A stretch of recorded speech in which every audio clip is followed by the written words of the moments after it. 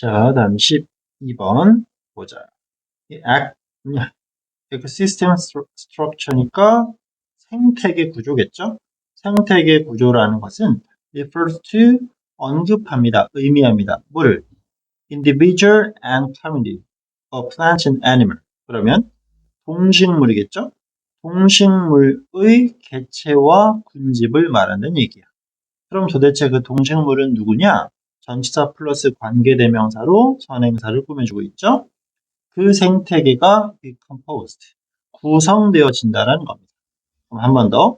생태계가 구성되어지는 동식물의 개체와 군집을 언급하는 게 바로 생태 구조라고 말한다라는 겁니다. 근데 잠깐만. 여기는 목적어가 많구나. 예. refer to 언급합니다. 그러면 여기 이놈이 쉽게 말하면 목적어 1번이 되겠네. 목적어 1번. 그리고 their age. 그놈들의 나이와 spatial distribution. 공간적인 뭐라고 할까? 나눠가는 거. 나눠 분포. 그지? 그러면 그들의 나이와 공간적 분포가 목적어 2번이 되겠고. 그리고 여기 and 다음에 등장하는 요놈이 목적어 3번이 되겠네요. 여기는 abiotic, 생물학적, A 붙이면 반대말로 있죠. 비생물학적인 자원, 이런 것들을 언급한다고 하네요. 다시, 이 생물학적 스트럭처라는 건 뭘 언급한다? 환경을 구성하는 동식물의 개체와 군집을 나타내기도 하고, 그놈들의 나이와 공간적 분포를 나타내기도 하고, 그놈들의 비생물학적인 자원을 나타내기도 한답니다. 이런 것들이 모두 뭉쳐서 이 생태학적 구조라는 표현을 완성할 수 있다고 한대요. 오케이.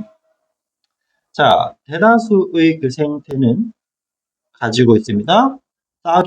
수천의 구조적 요소들을 가지고 있어요. 그러면서 끊어지는데 연결어가 없어. 분사구문 ing. 근데 어때요? 앞에는 생태계라는 거고 여기선 그 각각이라는 거니까. 이럴 때 주어가 일치하지 않는 보통 독립분사구문이라고 하는 건데 주어가 일치하지 않으니까 생략되지 않은 채 동사를 ing로 바꾼 분사구문입니다. 오케이. 그럼 이런 경우 같은 경우는 exhibit 이란 동사를 쓰고 열심히 3인칭 단수니까 S 취급을 할 수 있고 여기다 밑줄 치고 어법상 오류를 물어볼 수 있겠지. 하지만 연결어가 없기 때문에 분사구문으로 인지한 상태에서 이놈을 S가 아닌 ing 형태로 바꿀 필요는 있습니다. 그럼 각각의 생태계는 왜? exhibit, 전시하고 보여준다라는 거겠지. varying degree, 다양한 정도. 어떤 정도? complexity, 복잡함의 다양한 정도. 그러니까 여러 가지가 있는데 걔네들은 모두 달라요라고 설명하고 있죠. 그지? 생태학적으로 뭔가 여러 가지 존재함을 설명하고 있습니다. 과학자들은 have learned, 알아냈어. 언제? 자, 접속사 된 다음에 또 when이니까 부사절 when임을 판단할 수 있겠지? 콤마가 오케이. 보이네요. 충분한 separate elements니까 쪼개진, 그지? 개별적인 요소들이 are thrown, 던져집니다. 같이 into 어디로? complex, 복잡한 시스템으로. 여러 가지 애들이 복잡한 한 가지 시스템에 다 들어가면 a sort of, 이제 sort는 kind랑 같은 표현이었죠. 일종의 한 가지 종류의 일관된 spontaneous, 자발적인, 누가 시킨 게 아니야. 자발적인 order이라는 건 질서, 순서가 result, 동사 대표적인 일형식 자동사였지. 결과물로 나옵니다. 발생하는 얘기. 자, 여러 가지 복잡한 것들을 어디로? 다양한 여러 가지를 복잡한 구성이 되는 한 가지로 때려 넣으면 서로 연결이 될까 안 될까? 안 되겠다. 그 얘기잖아. 하지만 그러면 그 안에서 자발적으로 순서라는 결과물이 만들어집니다. 그 안에서 어떤 순서가 정립된다. 라고 말하고 있는 거.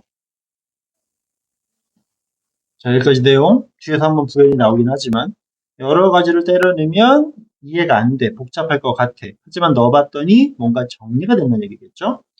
One property, 그러한 특성, such system, 그런 특성이 있는데 그건 뭐냐? 그건 바로 their tendency, 그들의 경향입니다.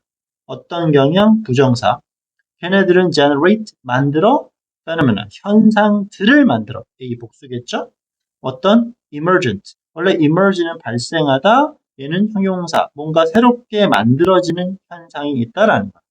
만듭니다. 새로운 현상을 만든다는 건데, 콤마를 찍은 계속적 용법의 관계대명사. 그 현상은 도대체 뭔데? can be defined. 정의 내려질 수 있어요. 뭐로써? prosperity. 특성으로서.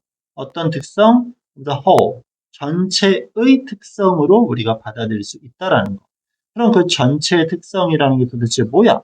때려 넣었더니 전체의 특성이 만들어졌어. 그것은 could not be predicted. 예측될 수 없습니다.